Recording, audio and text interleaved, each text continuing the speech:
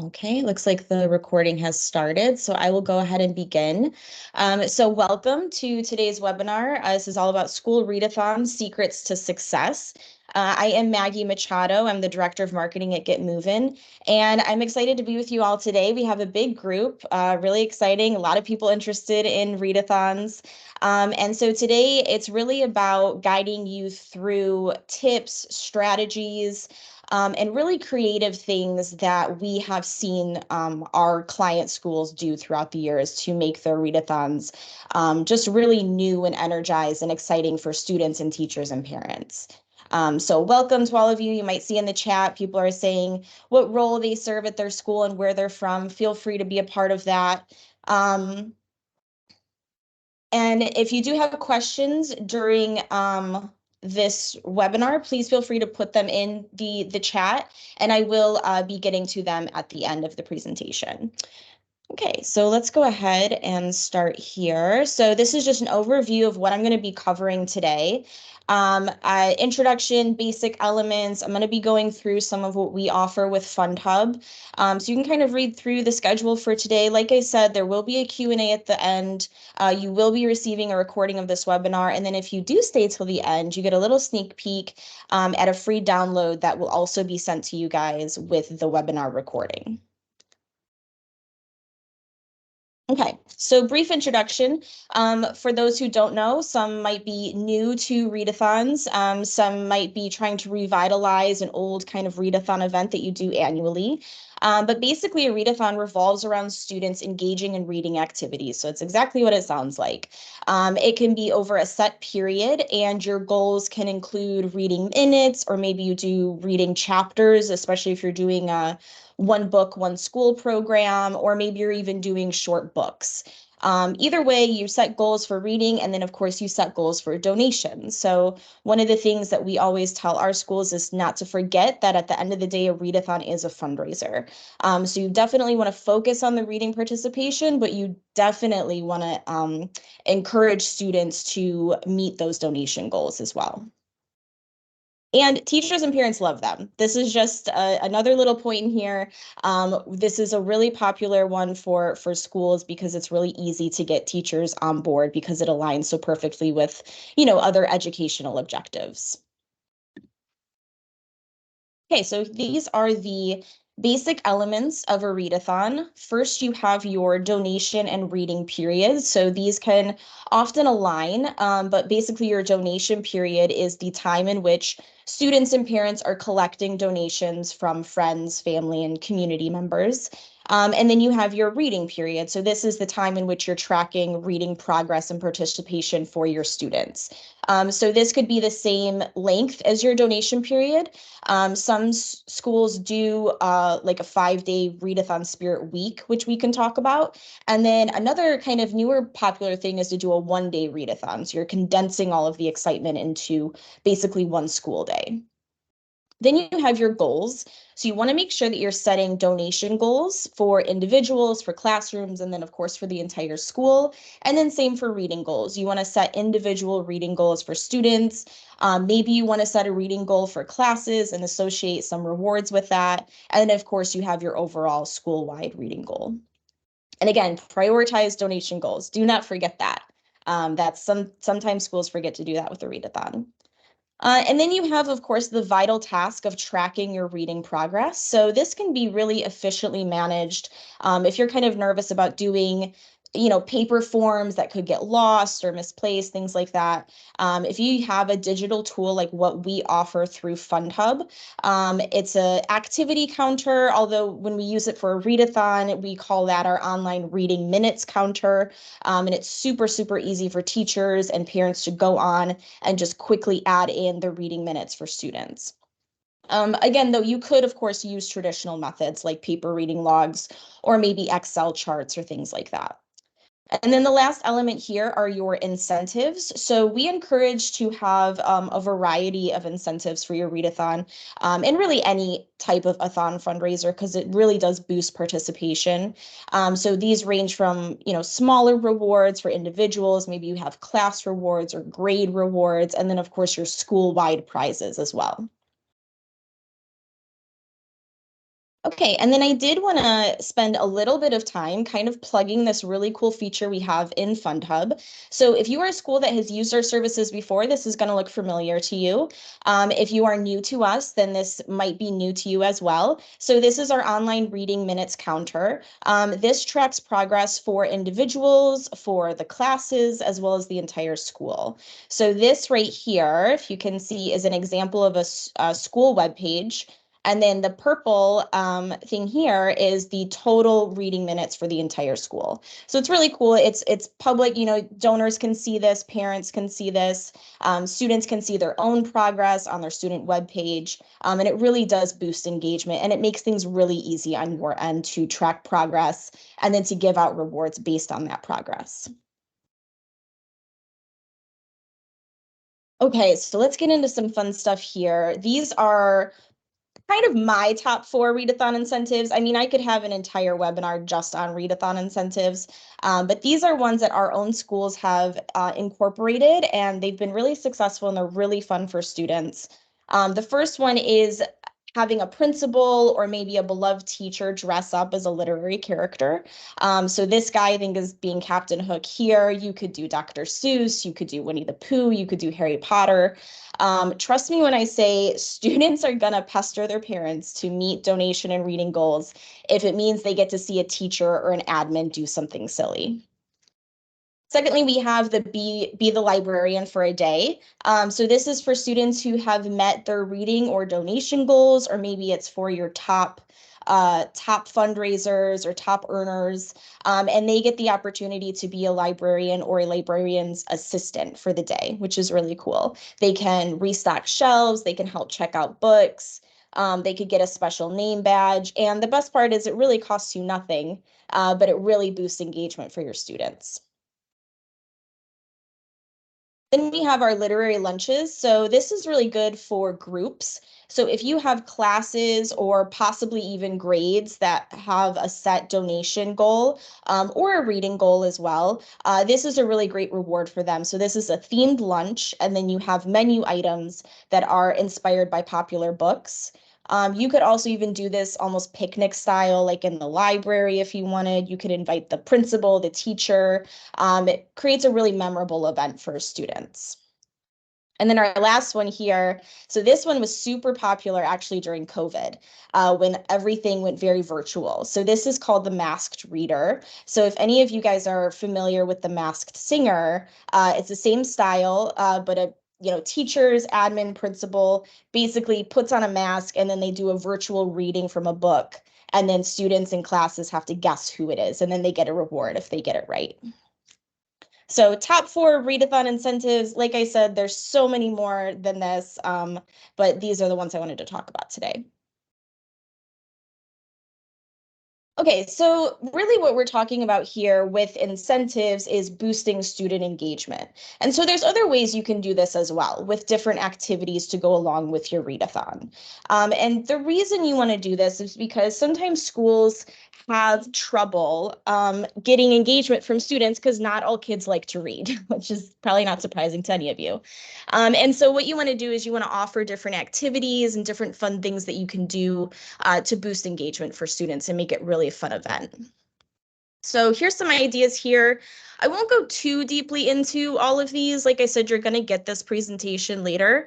But one thing to do is a home reading kit. So this is something that really involves the family, and it's a cool reward. It's a kit that can include books, hot chocolate, snacks, and it can be a reward for students who hit their milestones, but it could also be something if you wanted to maybe auction off or raffle off for families. Then we have our Read-Athon bingo. So this is super, super popular for schools. It's so popular that we actually made a bingo template card in our event toolbox for the schools that work with us. And this is where students basically they cross off a square if they've completed the action item. So that might be reading a book with a blue cover. That might be checking out a biography from the library, things like that. And then if they get a bingo, they win a reward. Then we have book clubs. So this is an idea if you're trying to engage more like parents or even families, you could do like a family-friendly virtual or in-person book club. And it's kind of a separate program, but it does align really nicely with the Read-Athon. And then we have one that actually doesn't require any reading, which is a library scavenger hunt. So this is really fun to do for students. You can give clues. You could do it by class or by grade and have the students go into the library and complete the scavenger hunt. And then we have Readathon Spirit Week. So if you're wanting to, again, I kind of mentioned before, kind of condense your readathon into just 1 week, there's some ideas in this box here of what you can incorporate for that. So DEAR is drop everything and read. A lot of people are familiar with that. You could have guest readers. You could do something our schools do is having older students read to younger students and vice versa. So that's kind of a fun thing to do during Spirit Week as well. And then another thing here is live online readings and guest author visits. And the other thing I want to add in here is even having like parents come in and doing guest readings is also really fun for students.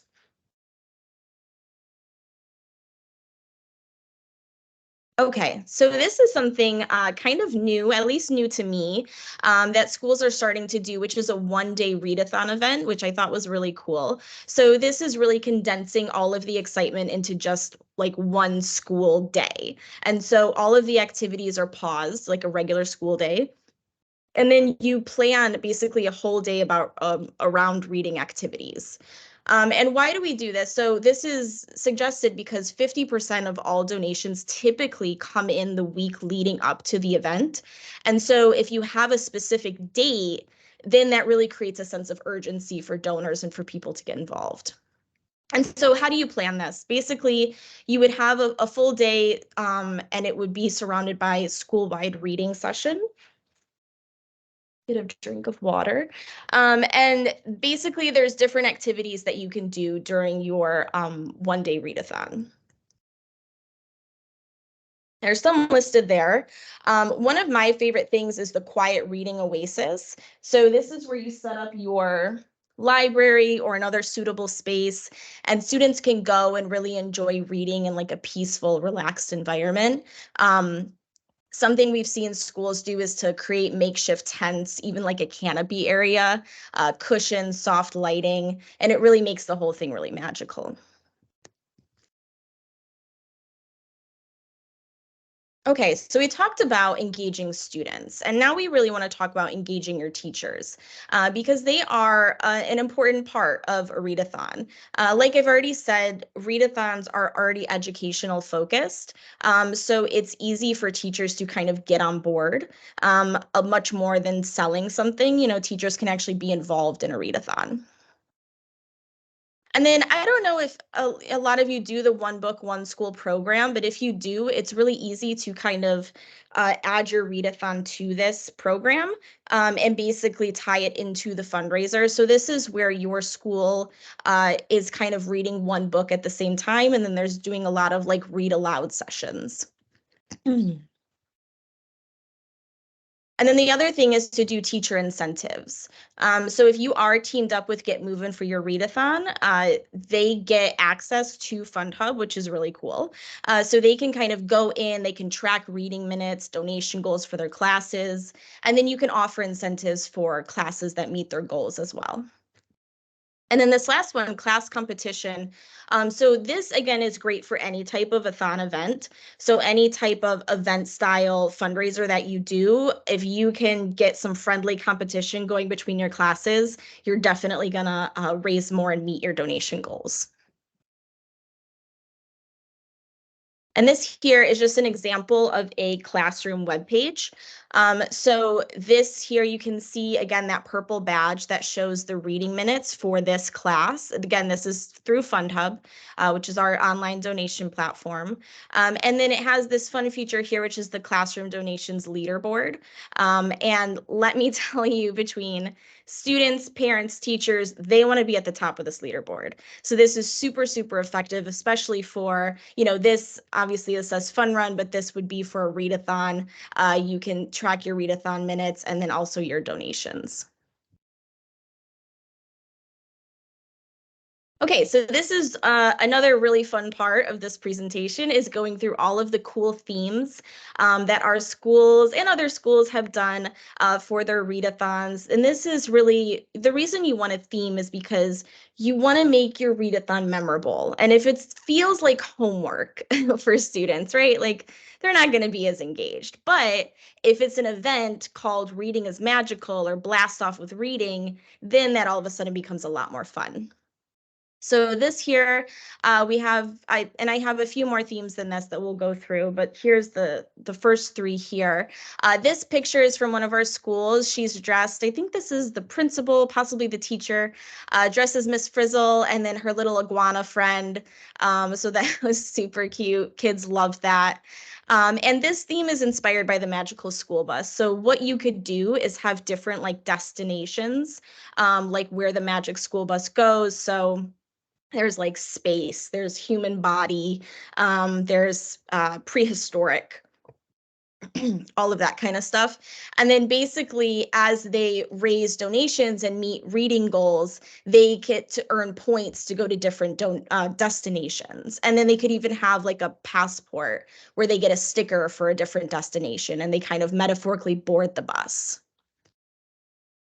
Then we have the amazing race. So this is kind of similar where each reading minute equals a mile. So what you can do is you can have different grades compete against each other, and then you have different like you have them all start at a starting line, and then there's different cities and countries that are their destinations. And then as they're reading, they rack up the miles, and then they get to make it to their different destinations. And then we have Blast Off with Reading. So of course, this is an outer space theme. It's very fun. We have several schools actually doing this this fall for their readathon. I believe one of the schools has almost doubled their donations just from this type of theme. So it's really, really fun theme. It's also a really great visual theme, of course, with all of your decorations around your school.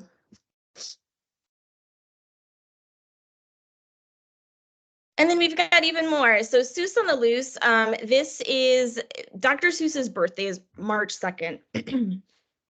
And March is a really great time to host a readathon. Excuse me. You can have kids dress up as their favorite Dr. Seuss characters. You could, of course, have admin or teachers dress up. You can have activities based on Dr. Seuss books. I've seen schools do like green eggs and ham relay race or cat in the hat balancing act and just like different things to kind of take reading beyond the pages. And that's really what a fun theme like Seuss on the Loose can do. Then we have the Readers of Oz. So this is kind of similar. I believe the school doing this currently is Community Magnet Charter, one of our schools. They're currently hosting this themed fundraiser, and they've divided their students into teams named after iconic characters. So you have the lions, you have the scarecrows, you have the tin people, and then those are the names of the classes, and then they're competing against each other to read the most and as well as raise the most, of course. One thing you can do too is have a visual representation of your progress. And so, for example, for Wizard of Oz, of course, the yellow brick road makes a lot of sense. And then the teams basically advance on the path as they accumulate reading minutes and donations. And this could be like a floor decal. It could be something on your bulletin board or even something digital. And then we have Camp Read a Lot. So doing a kind of camping theme for a readathon is really popular. Our Clearview Elementary, I believe, did this and they doubled their donation goal with their fall camping theme. One of the things you can do with this is convert your library, your gym, or your classrooms into basically campsite settings, which is really fun. You can set up tents, you can do makeshift campfires with little like electric tea lights. You can have s'mores, you can have trail mix, hot cocoa, and it's a really, really fun thing to do for students as they're doing their reading sessions. And it works also really well. Well, really, any of these themes work really well if you're doing that 1-day readathon as well. Okay, more themes. Read Solotl Readathon, I think, gets the award for the quirkiest theme. This comes from one of our schools, Wellington PTA, I believe is currently doing this or just wrapped this up. But basically what they had is Alice the axolotl, which is this little creature right here. It got to hang out with students in the class that raised the most money the day before. So if Mrs. Smith's fifth graders raised the most, and you could see that on the classroom leaderboard or in the report, then the next day Alice the axolotl goes and hangs out with the students, and it's just really fun. The students love it. And again, super cost effective. All you have to pay for is this little stuffed animal, and the students are all about it and they want to raise the most. Another theme we have is wild about reading. So this is just your classic jungle theme. You can apply this to a lot of athon type fundraisers. You can group classes into teams, name them after wild animals. You could do something where you have a visual track, and then if as students or classes reach milestones, they get an animal print to mark that. And then Polar Express readathon. So we have had, let me look up what the school is. So Jack Elementary, they have done a successful Polar Express readathon every December for about 4 years in a row, I think, with Get Movin. It's really successful. It's a great thing to do right before the holidays. Students can get cozy in their pajamas, have hot cocoa, and then as they log their reading minutes and donations, they move like a visual train along. Again, like it could be on your bulletin board, and they're trying to make it to the North Pole. Plus, it's really nice timing because it's a nice little budget boost right before the end of the calendar year. And then the last theme we're going to talk about here is Candyland. So we had a school do this, but not all parents love the idea of doing like a Candyland theme. They don't really need their kids hyped up on a bunch of candy. So they reimagined it as Community Land, which I thought was pretty cute. So instead of the sweetest place on earth, it is the smartest place on earth. And then they basically took all the elements of Candyland and the idea of a board game and infused it into their readathon. Okay. Okay, so we've gotten through the majority of stuff here. I do apologize for my scratchy throat. It's that time of year. But I hope that this was beneficial for you guys. I know I went through a lot of stuff pretty quick. I am recording this webinar. You guys will get it. We also have a lot of blog posts that cover what I've talked about today. We have a bi-weekly podcast where sometimes we talk about readathons and other type of event type fundraisers. But with the email you're going to get tomorrow morning, it will have this recording, and then you're also going to get a free download. So this is called the Read-Athon Blueprint. It covers a lot of, again, of what I talked about today, but there's some additional info in there as well. And then there is this worksheet. And this is just, it's pretty basic, but it's a really good first step, especially if it's your first time planning a readathon, just to get kind of the basic elements down of like who's on your planning committee, what do you think your goals are for reading and for donations, if you're doing incentives, which we really encourage you to do, what do those look like, what ideas do you have? So again, you'll be getting this tomorrow with your follow-up email. And then before I get into the Q&A here, which I think we're pretty good on time, I do want to just encourage, we have a dedicated team of fundraising coaches on standby. They know way more than I do about readathons. They've worked with schools for years who do readathons. They have all of the experience you need.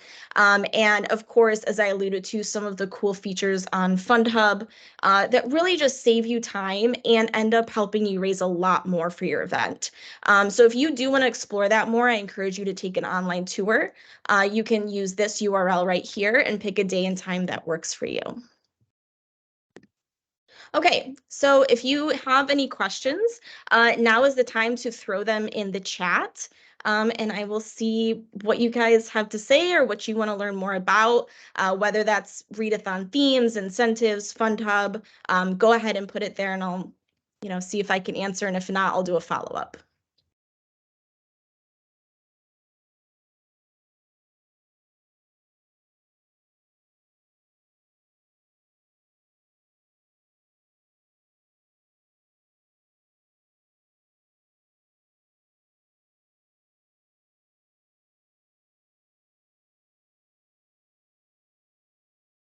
My screen froze slightly, but I do see what is the ideal amount of time to have a readathon open. So we recommend, at least for your donation period. Okay. Sorry, I don't know if you guys heard me that part. So the ideal amount of time to have a readathon open. So we encourage you to at least do a few weeks for your donation period, if not more, if you can.